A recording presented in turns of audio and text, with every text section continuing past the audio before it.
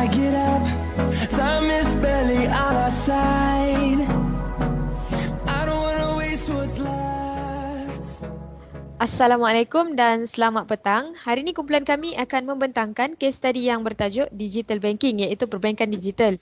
Sebelum itu saya ingin memperkenalkan nama saya Anisah binti Jabir, nombor matrik 17 DIB 18F2050 dan saya adalah pembentang yang pertama. Hai, Assalamualaikum. Saya Fatih Elisa binti Abdul Fattah, nombor matrik 17 DIB 18F2056 dan saya adalah pembentang yang kedua. Seterusnya, saya Nur Syuhada binti Sulaiman, Matrik 17 DIB 18F 2044. Saya sebagai perbentang yang ketiga. Dan saya Nur Zakir binti Muhammad Lazin, nombor matrik 17 DIB 18F 2042 dan pembentang yang keempat. Okey, kita mulakan dengan introduction dahulu. Next slide. Okey. Saya mulakan dengan introduction. Di seluruh dunia, orang dari hampir semua sektor masyarakat menggunakan internet untuk pelbagai tujuan kehidupan seharian. Dengan inovasi teknologi dan telekomunikasi yang luas, kita telah melihat saluran pengedaran baru meningkat dengan pesat baik dari segi jumlah dan bentuk, dari ATM, perbankan telefon hingga perbankan PC dan perbankan internet. Pada masa yang sama, perbankan digital ni dianggap menandakan revolusi dalam pengedaran perbankan. Bank melaba banyak dalam pembangunan saluran digital. Perbankan telah mengalami pertumbuhan yang besar di banyak negara dan telah mengubah amalan perbankan tradisional kepada perbankan digital. Next slide.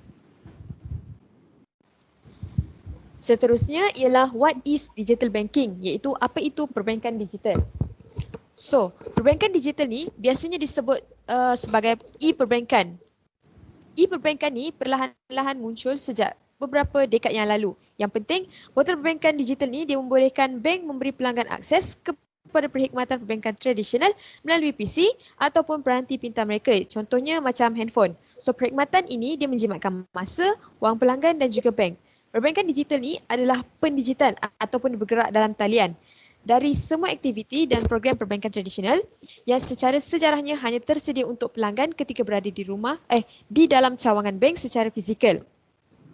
Ini termasuk seperti deposit wang, pengeluaran dan pemindahan, menyemak atau menyimpan pengurusan akaun, memohon produk keuangan, pengurusan pinjaman, bayaran bil dan juga perkhidmatan akaun. Itu sahaja serba sedikit dari saya mengenai pendahuluan digital banking. Seterusnya, saya akan serahkan kepada presenter yang kedua iaitu Fatih Elisa binti Abdul Fattah. Silakan. Terima kasih, Nisa. Seterusnya, saya akan membentangkan the importance of digital banking in Islamic finance ataupun kepentingan digital bank dalam kewangan Islam.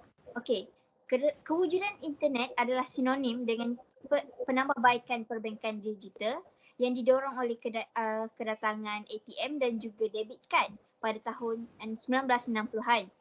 Pada hari ini, disebabkan wujudnya internet dan juga peranti mudah alih seperti gadget pun, bank dapat memperkenalkan pelbagai saluran pelibatan yang melibatkan transaksi untuk pelanggan mereka. Perbankan digital juga memberikan ataupun menawarkan kemudahan untuk kedua-dua bank dan pelanggan, iaitu pelanggan dapat memudahkan masa dan boleh melakukan transaksi di mana-mana sahaja pada bila-bila masa. Seterusnya, ia menjimatkan masa dan kos. Bank juga dapat menjimatkan wang untuk penambahbaikan infrastruktur fizikal dengan memindahkan wang mereka untuk menambahbaikkan sistem digital. Seterusnya, next slide. Bank juga dapat mengakses data pelanggan melalui sesuatu transaksi yang dilakukan oleh pelanggan itu sendiri. Dengan itu, sebarang transaksi akan berlaku dengan lebih mudah dan lebih smooth, lebih leceh. Okay, seterusnya, perbankan digital bukan hanya digunakan oleh usahawan ataupun peniaga, tapi boleh digunakan oleh individu biasa seperti kita semua yang berumur 18 tahun dan ke atas. Okay. Seterusnya saya akan menceritakan atau memberi tahu tentang perbezaan bank tradisional dan bank digital. Next slide.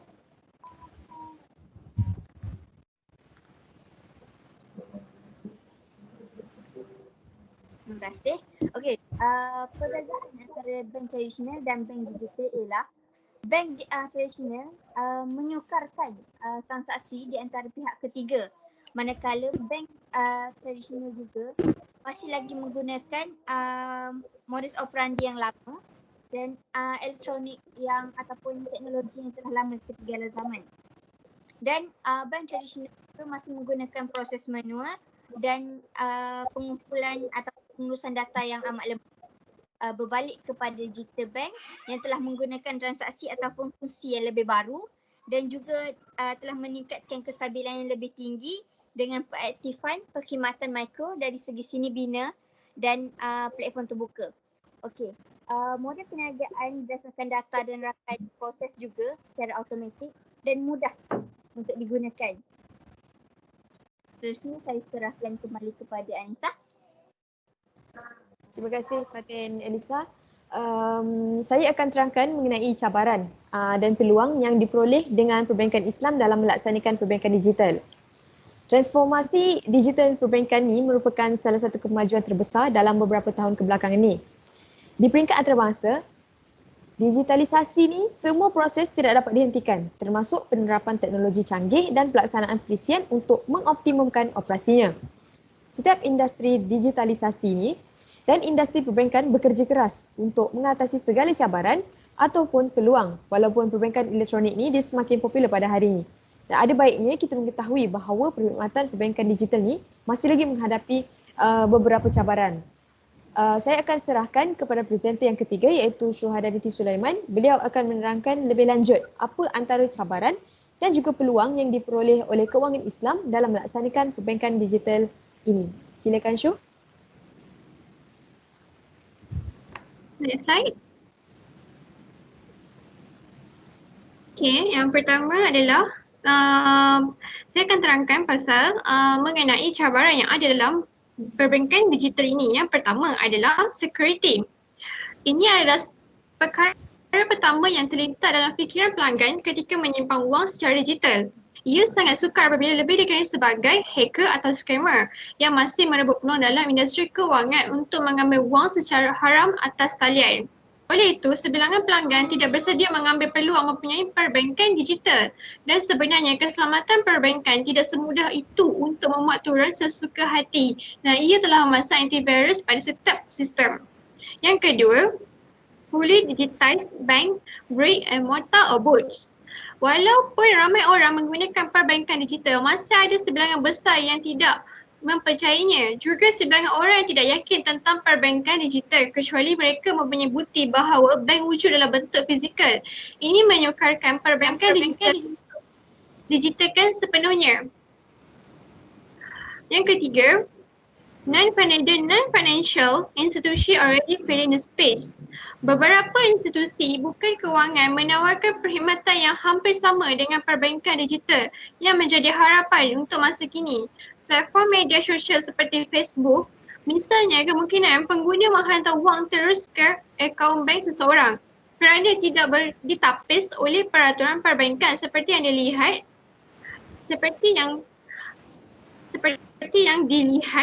pada institusi kewangan. Sukar bagi institusi kewangan untuk mengatasinya.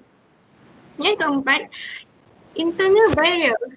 Agar perbankan dapat didigitalkan sepenuhnya, ini membawa maksud sistem perbankan dan pekerja mengalami perubahan budaya. Namun adalah lebih baik untuk mengetahui bahawa tidak seperti perniagaan lain kerana bank mempunyai cara organisasi yang unik. Dan ini sangat mempengaruhi tahap teknologi yang akan digunakan. Oleh itu, pihak bank dan usaha menghadkan tenaga pekerja, malah lebih mengutamakan kepada sistem perbankan digital untuk sepenuhnya. Seterusnya, next slide. Untuk peluang yang ada dalam perbankan digital ini ialah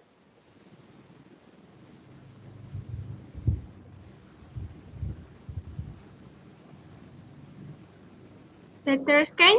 Yang pertama adalah more output, more profit. Tidak ada masa tertentu ketika pelanggan ingin mendeposit atau mengeluarkan dari akaun bank mereka, apalagi membeli sesuatu secara talian. Melalui perbankan digital, bank dapat menawarkan perkhidmatan sepanjang masa dalam 24 jam sepenuhnya kepada pelanggan mereka. Ini kesempatan bank memaksimumkan keuntungan. Yang kedua, mobile banking. kemungkinan menganggap ia ringan, tetapi perbankan digital tidak lama lagi menjadi pilihan orang ramai. Ini kerana orang hari ini mahu membawa telefon mereka ke mana-mana sahaja dan menggunakan untuk melakukan segala-galanya. Oleh itu, perbankan bergerak memberi peluang yang sangat baik bagi bank untuk mencana lebih banyak pendapatan daripada urus niaga di bank.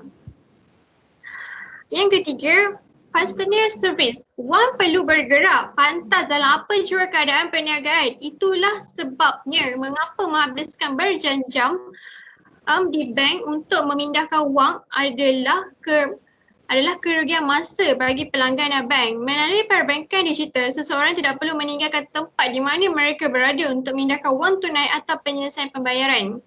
Keempat, better market prediction. Perbankan digital disokong dengan memaksimumkan pengumpulan data yang tepat. Data penting bagi organisasi manapun kerana ia dapat digunakan untuk meramal prasaran dan menawar perkhidmatan yang lebih baik kepada pelanggan. Hari ini, dengan isu pandemik COVID-19, pasaran perbankan digital dijalankan dengan luas kerana pelanggan dihadkan pergerakan untuk keluar dari rumah dan malah menghabiskan masa dengan pembelian dan transaksi wang atas talian. Ini kesempatan untuk perbankan digital digitalkan sepenuhnya. Seterusnya, saya serahkan pada Nazakia, perbankan yang keempat.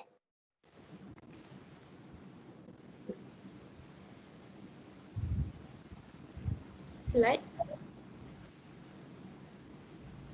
Okey, saya akan membentangkan kesan perbankan digital terhadap industri kewangan di Malaysia.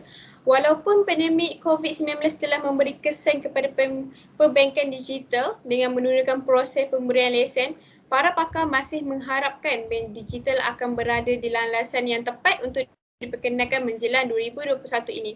Keperluan untuk perbankan sosial dan keselamatan yang selamat setelah wabak ini telah membesarkan nilai dan keperluan untuk perbankan digital.